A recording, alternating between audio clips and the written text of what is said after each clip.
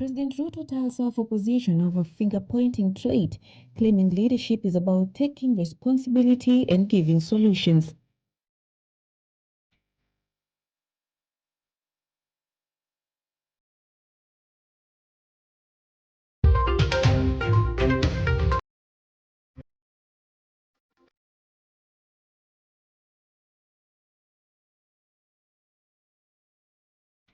Sifuna and the Linda Mwananchi faction storms Kisumu, rebuking violence from Linda ground.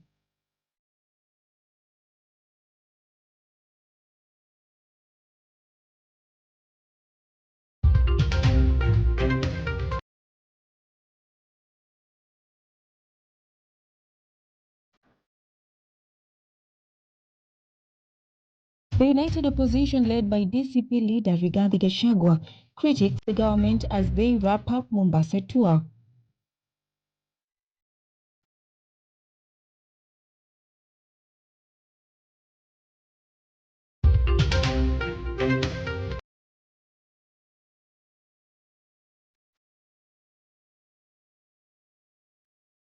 Gor Mahia wins Mashemeji Derby and 6 points clear on top of the SportPesa Premier League standings.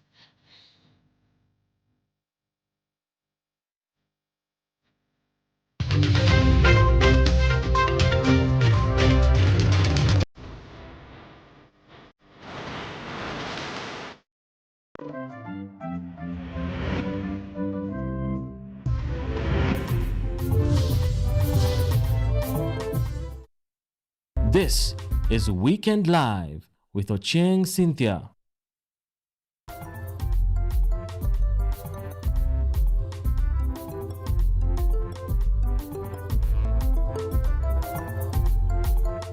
Yes, that's right.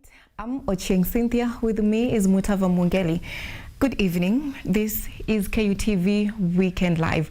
We have so much in store for you, but first let's start with the Linda Mwananchi story that goes. The Linda Mwananchi movement stormed Kisumu City on Sunday for their rally attended by thousands of residents. Leaders of the movement, led by Nairobi Senator Edwin Sifuna and Embakasi East Member of Parliament Babu Owino, accused leaders from Linda ground of funding goons who cause violence in their rallies. Our reporter Hassan Lewa has the full story. They made a grand entrance into the city of Kisumu. The Linda Mwananchi Brigade toured the heart of the Nyanza region at a slow pace, using a long convoy of vehicles escorted by a large crowd of Kisumu residents. Hapa mnaniona vizuri, hapa nyuma mnaniona vizuri. Mimi ndio Sifuna.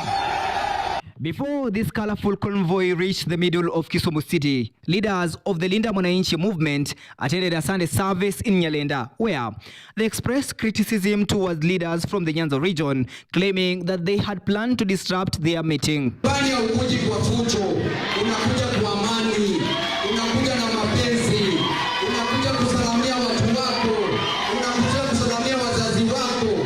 Kwa hivyo sisi hatuna shida. Sisi nia yetu ni kuongelesha wananchi wa Kenya. Hatuna haja kupigana na watoto wetu hapa. Wanasiasa ambao wanalipa watu. Mheshimiwa Oron, wewe ni MP wa hii area. Umepewa pesa kuorganize goons, kuua watoto hapa, kuua watu wetu hapa. Mheshimiwa Uda, wewe ni former MP. Hauwezi kuwa MP 2027. Hii Kisumu Central ni tofauti. The leaders emphasized that their rally in Kisumu was peaceful, dismissing any intention of violence in the political gatherings. Wametutishia na sisi, wanatisha kanisa, wanatisha viongozi, wanatisha wananchi. Sisi tunasema tunakuja kwa amani. Manake Kisumu na haswa watu walio Nyanza, huko na historia ya kwamba nyinyi ni wanademokrasia. Mtu anaweza kuja aseme yake, mwingine aje siku nyingine aseme yake na waondoke waende. During the rally, the leaders launched sharp criticism towards President William Ruto. Hapa Kisumu ndio wanatuambia ati kuna kura ya Kasongo hapa. Ngoja nione. Wacha niangalie. Kura ya Kasongo iko pale.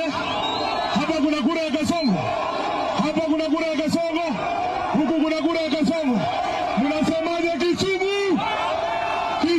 After the arrival of Linda Mwananchi in the ODM party stronghold of Kisumu, cracks within ODM continues to widen, with the emergence of Sifuna and Babu Owino signaling new political energy within the party. Hassan Lewa, KUTV. President William Ruto has urged leaders in the country to abandon blame politics and instead focus on finding solutions to the challenges facing citizens. Speaking earlier today in Tharaka Nithi County, Ruto emphasized that true leadership should be measured by actions, track record, and a leader's vision. This is as he praised his deputy, Professor Kithure Kindiki, describing him as a hardworking and respectful.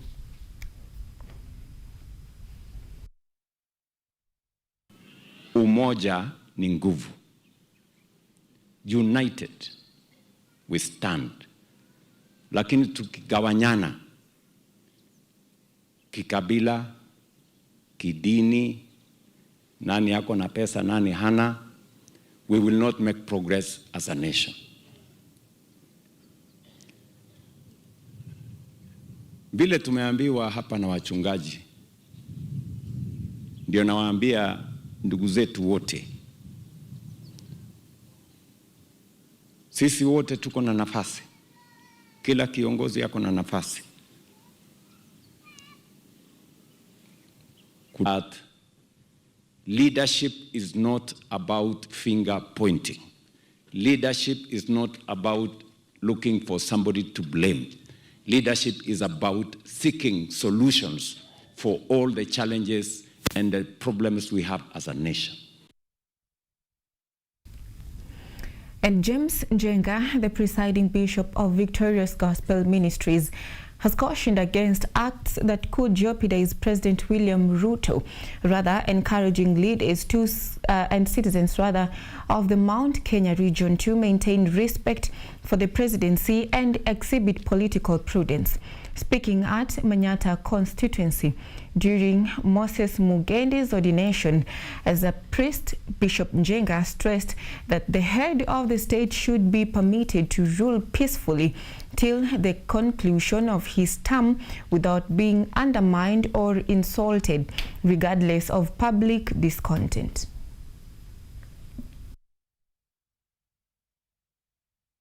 I want to say this as Mount Kenya nation. Be very careful with what you do with your leaders.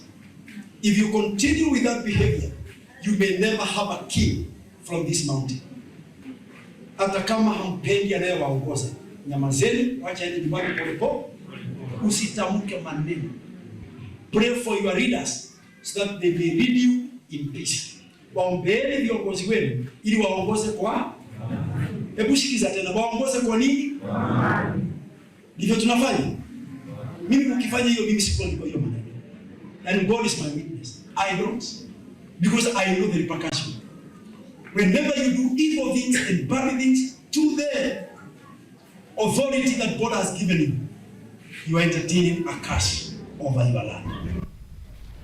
Still in politics, opposition leaders have wrapped up their campaign tour in Mombasa, intensifying pressure on coastal residents to join their one-term push, while sharply criticizing President William Ruto over alleged poor leadership, disregard for human rights and governance failures as they claim continue to burden ordinary citizens today.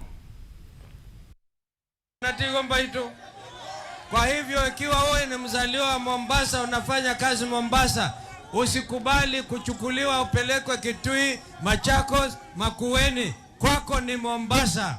Imwe gondo nasia mbaito. Imwe gondo nasia. Nangui idela. Ibano vo akabindi mbiduka.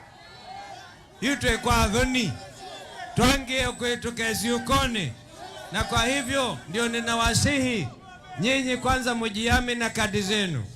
Alafu mjue sasa wakati huu mkiweka bidii vizuri kutoka gavana mpaka MCA mtachukua kura, tutachukua yote. Watu wa Wiper Patriotic Front, watu wa DCP, watu wa DAPK, watu wa DP, watu wa kadu asili. Kwa hivyo mko tayari? Mko tayari? Lakini kabla ya mambo hayo yote, Wakenya wenzenu wamekasirishwa na serikali ambayo haijali maisha ya watu wake.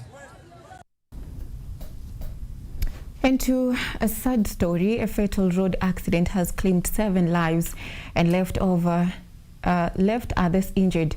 The accident occurred around the Nyaragia area along the Mahiu Narok Road, involved a Mercedes and a Toyota Vox traveling in opposite directions.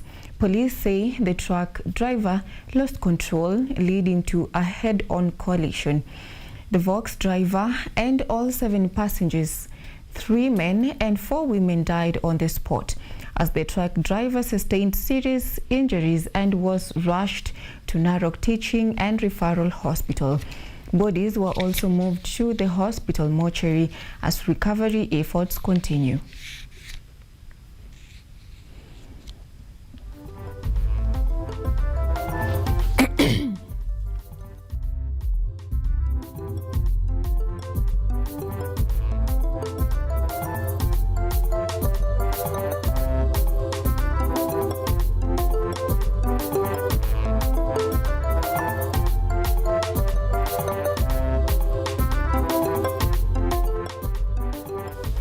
Meanwhile, in an attempt to lower the rising number of mental illnesses, mental health practitioners have been asked to use digital platforms to care for their patients. Research papers presented during the 27th Annual Scientific Conference in Nanyuki, Laikipia County, organized by the Mental Health Nurses Chapter, indicated that 25% of Kenyans suffer from mental issues, but majority are not aware or are shy to seek assistance from medics. The conference seeks to advocate for new approaches to lessen the burden of mental illnesses, which include, among other, social vices, drug and substance abuse, suicide, femicide, sexual and gender-based violence, alongside family dissolution. Mental health is a key component of overall health and well-being. Globally, 1 in 7 adolescents experience a mental disorder.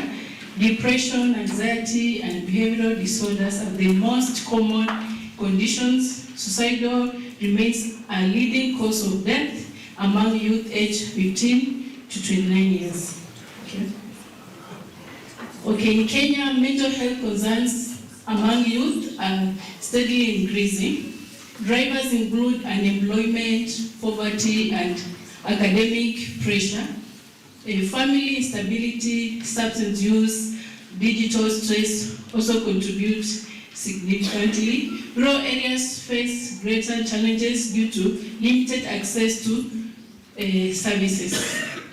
Research gap, Kimilili sub-county experience limited mental health service availability. We have more than 40,000 population, but I'm the only one psychiatric nurse in Kimilili. Now, that mental health awareness story brings us to taking our very first commercial break. We'll be back with more stories. Stay with us.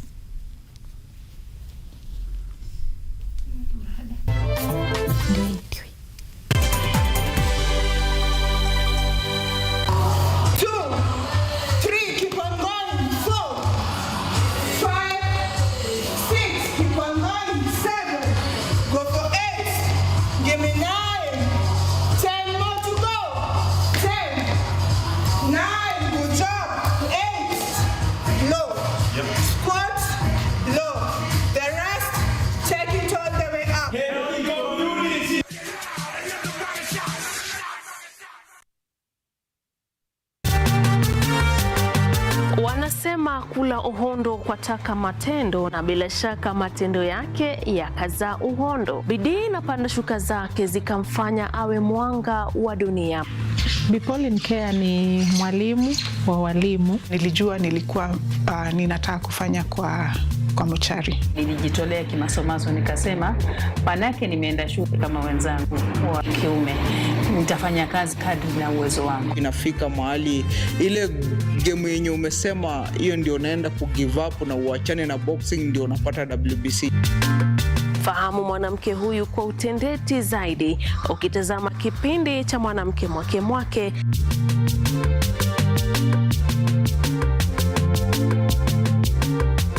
kila Jumatano saa 2:30 usiku, ukiwa nami Caroline Kimwele.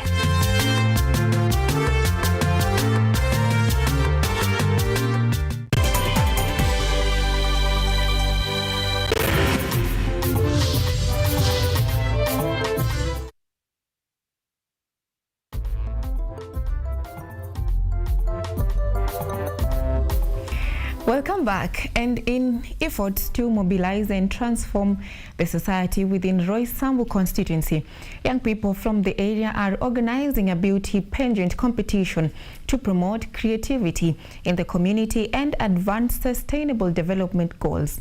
The youth held an audition event for Mr. and Mrs. Roysambu modeling competition, where they explained how the initiative is helping change in society.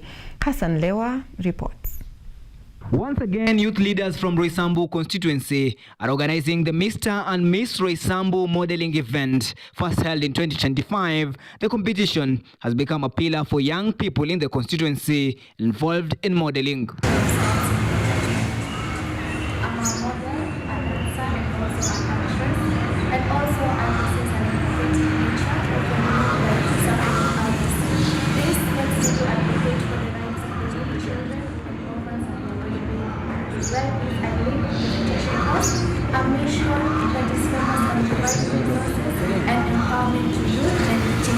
Vincent Ojong Mariam, the organizer of the Mr. and Miss Roysambu competition, explains that the pageant aims to promote youth inclusivity in the society and also address cases of gender-based violence. Katika event ambayo inaleta inclusivity na inaleta sustainability katika community.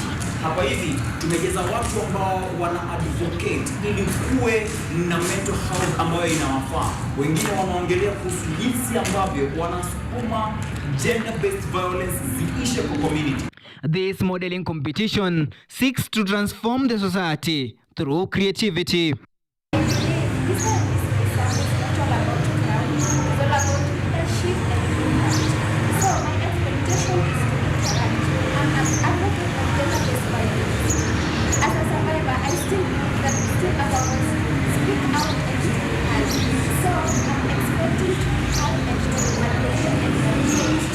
During today's auditions, participants showcase high standards and readiness ahead of the Mr. and Miss Roysambu event set to take place on 1st June 2026. Hassan Lewa, KUTV. Meanwhile, in its status update on the 30th day enhanced continuous voter registration released on the 24th of April, the year 2026, the Independent Electoral and Boundaries Commission, IEBC, reported that it had registered 1,876,274 new voters since the exercise began on the 30th March.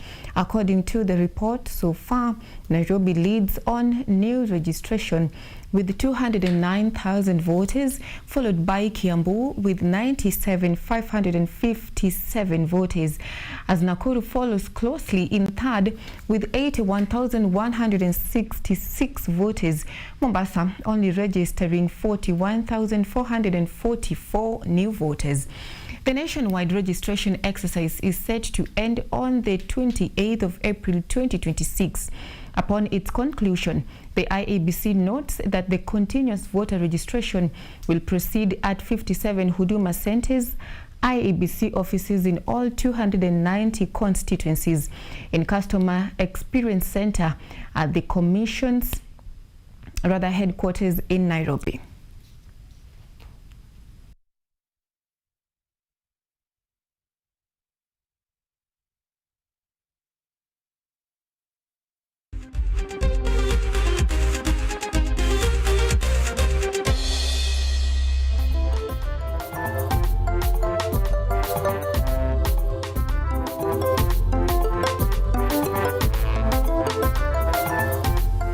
Let's get sporty a little bit now. In the FKF SportPesa Premier League matches played today, Gor Mahia secured a narrow 1-0 victory of rivals AFC Leopards in the highly anticipated Mashemeji Derby, strengthening their title ambitions. Elsewhere, Ulinzi Stars defended KCB FC 3-2 in a thrilling encounter, while Shaban FC edged past Kakamega Homeboys 1-0. The results shake up the league standings as teams continue to battle for top positions and survival in the competitive Kenyan top flight league this season.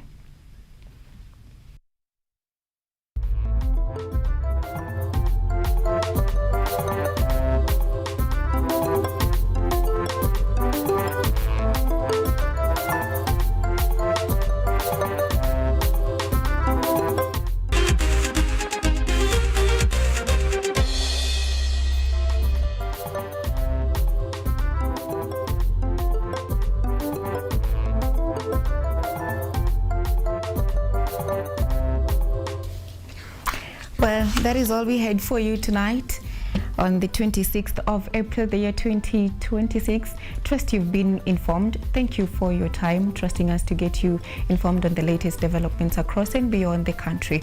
We had so many people that made this broadcast a success, including my producer Edward Nyamu on the TX. I believe we had Wahoo, my director Franklin Injande.